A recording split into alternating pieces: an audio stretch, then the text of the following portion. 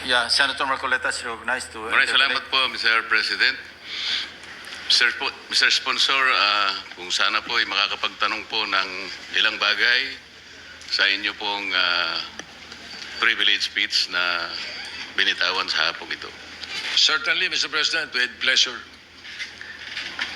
Mr. President, unang-una po ay pinasasalamatan ko ang ating Senate President sa paglalahad niya ng kanyang makulay na kasaysayan kung paano po pinasimulan ang kanyang inisyatibo para makatulong po sa pagsugpo ng droga sa ating bansa. Napaka-importante po talaga na ito po ay diretsahang mapaka po ng ating pamahalaan para sa ganun ito po ay mapuksa sa lalong madaling panahon. Ngunit kagaya po ng paghahalimbawa na ginawa ng ating Senate President, para pong maski po siya'y nalulungkot sapagkat nung siya po ay nagsimula niyan, siya po ay Vice Mayor po ng Quezon City. Pwede po bang maitanong, Mr. President, kung anong taon po yun?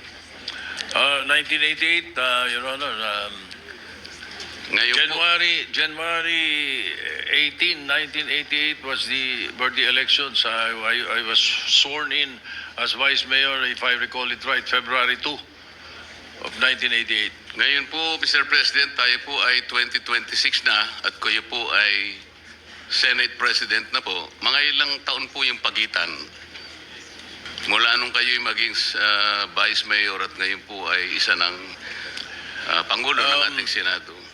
37 years, if my mathematics is still working, Mr. President. So, Ginoong Pangulo, sa halos 40 taong pakikipagbaka natin sa droga, na ngayon ay nalaman nating isa pa lang ating gagalang-galang na Senate President ang nagpasimula nito. Ngunit sa kanya pong paglalahad ay may halo pong kalungkutan dahil sa kanya pong paglalarawan kanina, kahit na po hulihin natin lahat ang mga puser at ang mga gumagamit nito, at kahit sakasakali na meron po tayong magagawang kaparanan na sila ay ilagay lahat sa isang isla. At meron po tayong karapatan at kakayahan na pasabugin ang isla na yon. Siguro po iniisip po ng ating Pangulo, Mr. President, na sa kanya pong frustration talagang, kuminsan nga po mahalos may isip nyo na po yun eh. Dahil siguro sa kagustuhan niyang mapuksa ka agad, bobombahin na lang niya. Paghalimbawa po natin, Mr. President, nakahanap siya ng isang napakabagsik na bomba. Talaga pong walang natirang isamang kaluluwa. Namatay po lahat, Mr. President. Pero sabi niya, hindi pa rin po sapat yun eh. Hanggat meron tayong lilitaw ng mga kababayan, sabi po niya, na dependent sa droga, mananatili pong magkakaroon tayo ng problema. Tama po ba yung aking pagkakarinig, Mr. President? Tama po yun, bagamat pagdating po doon sa issue ng human rights, yung akin po ay theoretical lang, na kapag kahit ubusin mo lahat ng puser sa Pilipinas, in a way, kung ika ngay may mong pasabugin sa isang lugar at mawala sila lahat, theoretical lang naman yun. Alam ko po yun. Ika nga ganun pa rin, magkakaroon pa rin ng hahanap pa rin po sila kung meron kang drug dependent. Kaya nga ho, ang totoo po niyan, kapag naksawata natin ang drug dependency, ang bigat nga, mas mabigat sa akin yung prevention and rehabilitation kaysa sa enforcement and prosecution kung tutuusin eh. Sapagkat kapag napigil mo lahat ang drug dependent sa Pilipinas, yung mga bagong 13 years old hindi na magdodroga at yung mga dating drug dependent na nahirehab mo, wala nang bibili. Mr. President, I have said this before, the day we stop buying is the day they stop selling. Wala na magbebenta, Mr. President, dahil walang bibili. Like, for example, in this case, dito sa sa atin ngayon. Maglagay ka na isang tambak na cocaine dyan. Kung walang drug dependent dito, walang hihipo nun. Basura yun, Mr. President. That is what I mean. Thank you. Salamat po sa inyong pagpapaliwanag. Yun din po ang pagkakaintindi ko, Mr. President. Kahit na theoretically magagawa po natin yon, ay talaga po palang mahihirapan din tayo. Ito po paglararawan na lang na nakaya nating gawin. Kunwari, totoong lahat na nagawa po natin yun. Mananatili pong maharap po tayo sa problema dahil may babangon po pang mga iba pang mga drug dependents na ang pinagmumulan po nito ay marami pong mga problema sa buhay. Iba't iba pong kalagayan sa buhay. Halimbawa po, Mr. President, sa napakahirap pong kalagayan ng napakarami nating mamamayan ngayon, yung kanilang pong pagkain lang, Mr. President. Ngayon po, halos na doble na po ang presyo ng mga bilihin ngayon. Isama po nyo yung gamot, yung lahat po ng pangangailangan para mabuhay ka lang ng disente. Kaya kung minsan po nagagawa na ng mga tao para malimutan lang ang problema na kanilang kinakaharap sa araw-araw. Lalo pa nga, isama mo po ang kanilang mga anak. Kaya po sila nakakahanap ng paraan para malimutan siguro yung problema.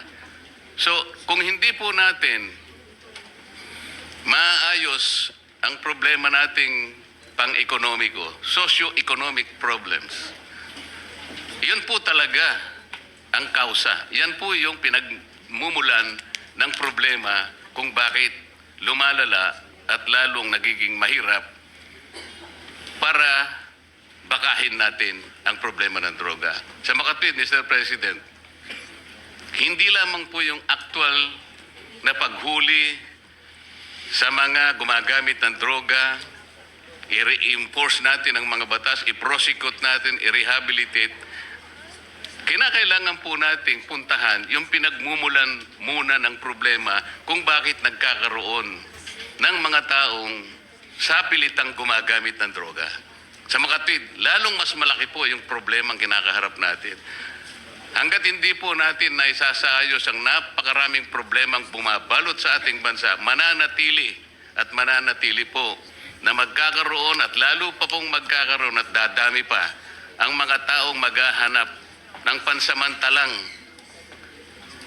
pagtatakip ng kanilang problema. Yan nga ay sa pamamagitan ng paggamit ng droga. Tama po ba ang aking assumption, Mr. President? Yes, Mr. President, maraming salamat po.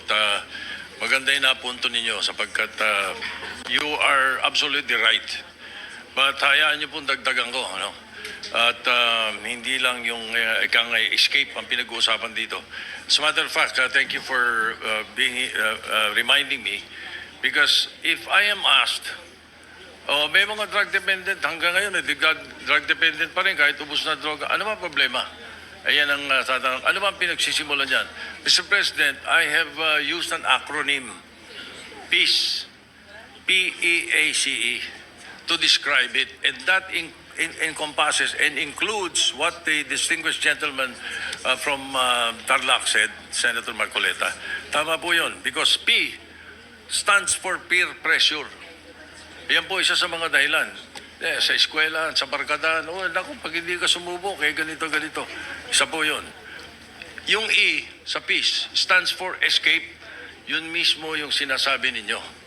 At yun ang isa sa mga dahilan. Parang escape po yan. Nakala nila, makakatakas sila sa problema nila, makakatakas sila sa kahirapan nila, sa pamamagitan nito. Mali po. Lalong nadodoble ang problema nila. Yung A naman sa peace stands for availability. Napakalaki hong negosyo nito. Ito po, bilyon-bilyones na dolyares na negosyo ito. That's why these people, these drug lords, these drug pushers, especially high-level drug traffickers, will make it available in your streets, in your homes, in your schools, everywhere. They will make it available. At kukumbinsin kayo na sububok at malulung dito sapagkat negosyo po ito. It's a trillion-dollar industry in the world. Yun naman pong C sa peace is curiosity. At yun ang pwede nating iwasan doon sa sinasabi kong prevention sa Drug Abuse Resistance Education Program ng mga kabataan.